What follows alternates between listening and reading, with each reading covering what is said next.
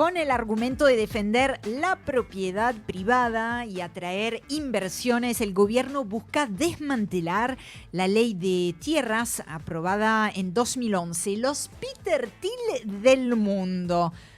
Los magnates tecnológicos se frotan las manos, no son los únicos, pero ellos seguro esperan expectantes para repartirse la torta de los recursos estratégicos que tiene para ofrecer la Argentina, porque el proyecto, digámoslo desde ya, está diseñado para ellos, para los grandes capitales extranjeros, para habilitar una concentración sin límites de hectáreas en sus manos. Y quien habla de tierra, por supuesto, habla de mucho más que tierra. Habla de agua, habla de minerales, habla de alimentos, habla también de salud, de trabajo, de matriz productiva y, por supuesto, habla de soberanía. El tratamiento del proyecto en el Senado está anunciado para el próximo 6 de agosto. Ese día también habrá movilización en la calle porque la resistencia, como lo decíamos en el inicio del programa, la resistencia a esa iniciativa está tomando volumen. Y para entender qué está en juego, vamos a hablar con Nasira Muñoz, científica, investigadora, ex vicepresidenta del INTA, docente en la Universidad Nacional también de Córdoba, que enfoca su trabajo en el diseño de estrategias que integran conocimiento, producción y políticas públicas para un desarrollo nacional. Muchísimas gracias, Nasira, por el contacto con País Productivo. ¿Cómo estás? ¿Cómo están? Buenas tardes, muchas gracias a ustedes. Bueno, Nasira, no pudieron meterlo en la ley base y entonces van ahora por la llamada ley de inviolabilidad de la propiedad privada. Te propongo que empecemos por lo básico, ¿no? Porque la ley de tierras que fue aprobada en su momento en 2011 buscaba y pone límites a la extranjerización justamente por distintos criterios, ¿no? Por superficie, entiendo yo, por nacionalidad, estableció también algunas protecciones especiales sobre territorios con cuerpo de agua, etcétera. Entonces, la pregunta básica, para que hablemos todos de lo mismo, es ¿qué buscaba proteger en ese momento la Argentina cuando estableció esos límites? ¿Y qué queda desprotegido si ahora se eliminan esos mismos diques de contención? Lo que buscaba proteger en el año 2011, cuando se pensó y se diseñó y se aprobó por amplia mayoría, era proteger el territorio argentino de la compra de tierras y de recursos por parte de capitales extranjeros, tal como relataste perfectamente bien. Esos eran los puntos que condicionaban la posibilidad de compra, la titularidad de los extranjeros. Hay un punto que es muy importante que se puso en marcha con esta ley y que tiene que ver con que permitió levantar un poco el velo societario de quienes compraban, ¿no? Quienes eran y prohibía que argentinos pudieran ser de testaferros, ¿no? Más allá de la nacionalidad de quienes compraran. Entonces la ley lo que permitía era regular, no era una ley prohibitiva, se podía vender, un extranjero podía comprar, pero con límites, con reglas, con normas, con reglas claras, como muchas veces nos gusta decir dentro del sector productivo. Y fue una ley muy exitosa, primero porque se aprobó por amplia mayoría. Y segundo porque no han habido inconvenientes más que cuando se detectó, porque esta fue otra cuestión fundamental que fue consecuencia de la implementación de esta ley, fue la de poder registrar, tener un registro nacional de tierras, ¿no? Que es esto que nos permite hoy tener un mapa, poder identificar a nivel nacional, a nivel subnacional, qué nivel de extranjerización de tierra tiene cada distrito. Eso también fue producto de la implementación de esta ley. Entonces, pues, lo que hacía era regular simplemente, nada más ni nada menos que lo que tiene que hacer un Estado. Un Estado tiene que poder regular. Justamente utilizaste la palabra prohibitivo. Dijiste no es que prohibía, sino que enmarca. No prohíbe, enmarca. Escuche ese dato, me lo apunté porque me pareció muy relevante. Todavía con la ley tal cual es vigente, podrían extranjerizarse alrededor de 26 millones de hectáreas, sin modificar nada a lo que ya existe como marco normativo. Entonces, ¿Qué es lo que busca de verdad el gobierno, sabiendo que tiene tanto margen para que, si efectivamente fuera cierto el argumento de queremos inversiones, hay todavía para inversiones? Totalmente de acuerdo y a partir de ese análisis surge el poder reflexionar qué está detrás, cuáles son los intereses detrás. Esta ley tiene un nivel de gravedad tremendo. Detrás de esto está la entrega absoluta de la soberanía, o sea, se permite el ingreso de capitales extranjeros, no de estados, ¿no? Porque esto sí lo prohíbe la propuesta de ley del Ejecutivo, ¿no? Se lo prohíbe a los estados extranjeros o a empresas con participación estatal extranjera, pero al capital privado se lo abre completamente. Entonces, cuando uno se pregunta qué buscan detrás, si ya se puede vender, hay una cantidad importante de hectáreas para vender, bueno, cuando uno mira que abren ilimitadamente la compra y que además se pueden comprar zonas con recursos estratégicos, agua, minerales, etcétera, y lo que hay detrás es una entrega de la soberanía. Realmente uno no puede imaginarse que hay algo que tenga algún tipo de sentido detrás de esta ley, porque además es una ley que uno de los capítulos tiene que ver con las tierras rurales. Hay otros capítulos que claramente marcan que esto es un cambio profundo del régimen a través del cual el Estado controla y administra su territorio. Claro. Y esto no es menor, ¿no? Tampoco es menor que algunas de las modificaciones que han pretendido hacer esta ley, que ha tenido muchos dictámenes en el Senado de la Nación, que es donde está presentada, toman y piden participación gobernadores también, ¿no?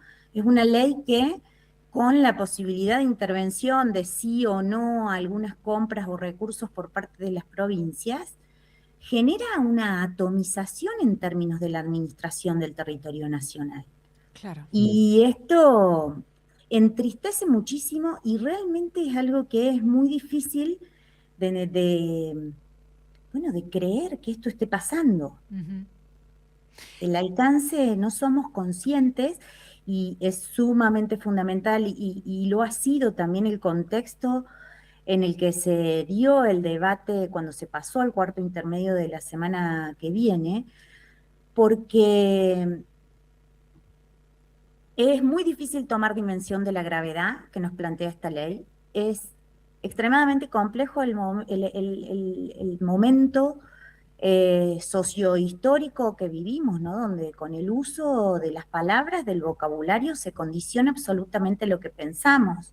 Más de Claro. un ciudadano, antes de que esto se haga completamente público o más masivamente público, pensaba que estaban defendiendo la propiedad privada. Y este proyecto de ley no tiene absolutamente nada que ver con la propiedad privada, ¿no? Es la extranjerización y la entrega total de la soberanía del país. Me gustaría indagar un poquito más en esa cuestión de la soberanía, porque estamos en un momento, en un contexto internacional de disputa por los recursos estratégicos. En la introducción nosotros mencionábamos a Peter Thiel como en realidad un rostro posible de aquellos magnates que ahora también están en lugares de la política, de gobernanza o muy afines, digamos, a determinados gobiernos, como el gobierno estadounidense.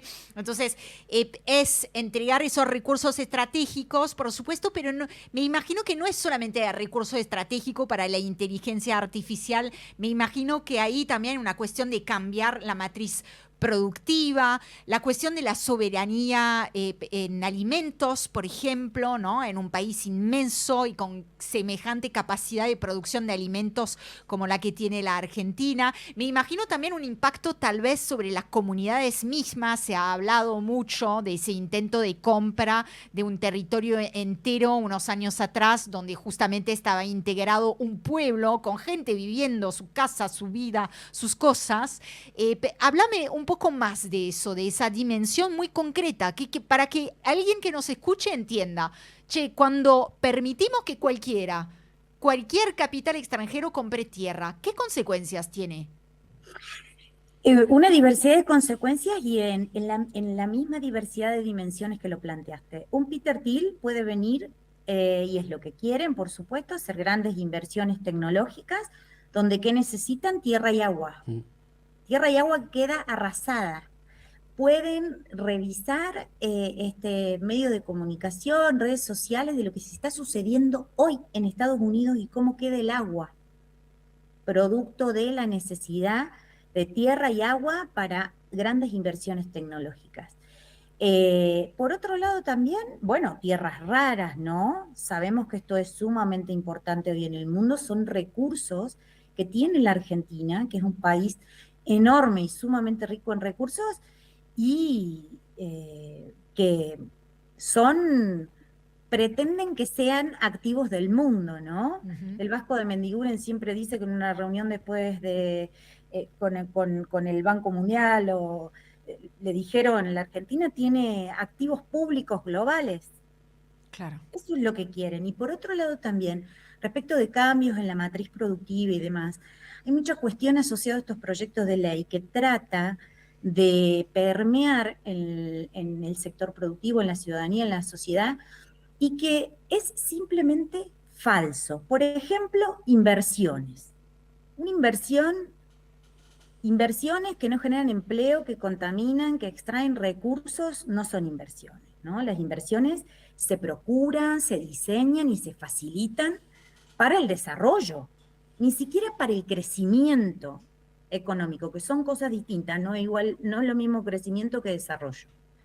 Entonces, pues, ya hace referencia a que esta ley va a permitir que vengan inversiones. Supongamos que son como estas grandes inversiones tecnológicas como las de Peter Thiel, bueno, para extraer recursos, dejar contaminada el agua, etc. Cuando lo pensamos en términos de otras actividades productivas, la verdad que grandes inversiones extranjeras, lo único que pueden generar en una Argentina que es productiva, que tiene cosas para mejorar sin dudas, pero que tiene un contexto productivo, complejo, porque este es el primer punto que hay que poder entender de nuestra realidad actual, lo que genera o lo que va a generar rápidamente es una competencia desleal enorme. Claro. Nacira Aldo te saluda, ¿cómo estás? Tuvimos la suerte de compartir experiencias, yo fui vicepresidente del INTI, vos fuiste vicepresidenta del INTA, que se esté desmantelando estas dos instituciones. ¿Vos encontrás una conexión con este proyecto de extranjerización y entrega al extranjero de las tierras? Totalmente, porque acá hay un plan sistemático de primarizar el país. Y primarizarlo requiere indefectiblemente no solo de destruir la matriz productiva o las matrices productivas cuando referimos a distintas actividades, sino que además destruir las instituciones de ciencia y tecnología, porque es lo que permite sostenerlas primarizadas. Miren, la diferencia entre países primarizados y países no primarizados está en cuánto invierten y cuánto sostienen las capacidades tecnológicas de los países para incorporar contenido tecnológico a la producción. Y hacia ahí van los países que más crecen y más se desarrollan en el mundo. Invierten en ciencia y tecnología para incorporar contenido tecnológico a la producción. Salen de la primarización, planifican qué producen, cómo lo producen y para qué lo producen, y sostienen el desarrollo de su país con generación de empleo, con acceso a la salud. Digo, esto está absolutamente relacionado. No tiene explicación el nivel de destrucción que estamos atravesando, si no es porque realmente no les interesa el desarrollo de la Argentina. Y por ende el desarrollo de las generaciones de argentinos y de argentinas futuros. Claro. Que esto es lo más grave. El impacto y lo que cuesta recuperar las capacidades científico-tecnológicas que se destruyen. Esto no somos del todo conscientes, ¿no? Hay mucha más conciencia hoy del impacto que tiene esto en la educación también, ¿no? Podemos hacer referencia a las universidades y a la investigación y a la ciencia dentro de las universidades, pero realmente es de un nivel de gravedad como lo muestran los números, pocas veces visto en la historia, ¿no? Estamos por debajo del PBI en ciencia y tecnología desde el retorno de la democracia. Claro. Respecto de la situación de la extranjerización que ya está sucediendo dentro del marco normativo que conocemos, no sé si tenés una respuesta a esa pregunta, pero ¿sabés de algunos lugares en particular donde la extranjerización ya avanzó de una manera que puede resultar preocupante? Sí, mira, te doy dos ejemplos. Uno, Misiones, es una de los distritos con mayores niveles de extranjerización. Y es importante poner este ejemplo porque además de los niveles de extranjerización de la tierra, también es la extranjerización de las actividades productivas de la provincia. Claro. Hoy Misiones y los productores y las productoras yerbateras de Misiones están sufriendo enormemente las políticas de este gobierno desde que asumieron cuando eliminaron el INIM, el Instituto Nacional de la Yerba Mate, donde no pueden fijar precio, donde quienes concentran la producción, sean o no, la industrialización, sean o no extranjeros de la yerba mate, digo, es un ejemplo, ¿quién no se levanta con un mate en la mano, no? Y si bien se han expresado y protestan y no han tenido ningún tipo de respuesta desde que asumió este gobierno, son productores chiquitos, son productores de generaciones produciendo yerba en esa provincia, no han tenido ningún tipo de respuestas. Y porque también la extranjerización, dependiendo de la actividad, también tiene que ver con la concentración, ¿no? Y la concentración también tiene que ver con esto que referíamos anteriormente, que es terminan promoviéndose competencias desleales. El otro ejemplo, que cuando uno mira el mapa de extranjerización de la tierra en Argentina, tiende a ir hacia aquellas provincias donde se ve completamente rojo, ¿no? Misiones, hay parte de Mendoza, Salta, Jujuy. Y en realidad van a ver también, hagan este ejercicio, van a ver que hay como una línea roja ahí que recorre la vía navegable troncal argentina. Claro. ¿Y dónde se concentra? En aquellos lugares donde hay puertos o cercanos a los puertos. Esto no es para nada menor. Hay nosotros desde la Coalición Federal en Defensa de la Tierra hemos armado un informe respecto de esto, del nivel de extranjerización de nuestra vía navegable troncal, porque aparte 5 empresas concentran el 75% del transporte fluvial y marítimo de la producción en esa vía, ¿no? Claro. Esto no es menor. Y hace un par de días también el Observatorio de Tierra de la Facultad de Ciencias Económicas del CONICET amplió un poco la información para Entre Ríos, Corrientes y Misiones, si mal no recuerdo, ¿no? Para 3 provincias. Nosotros lo tenemos analizado, incluida la provincia de Santa Fe y la provincia de Buenos Aires. Y cuando uno analiza los distritos, aquellos distritos ribereños, los niveles de concentración son altísimos y nuestra vía navegable troncal es fundamental en términos de no solo el transporte, la logística, sino también la producción y la exportación.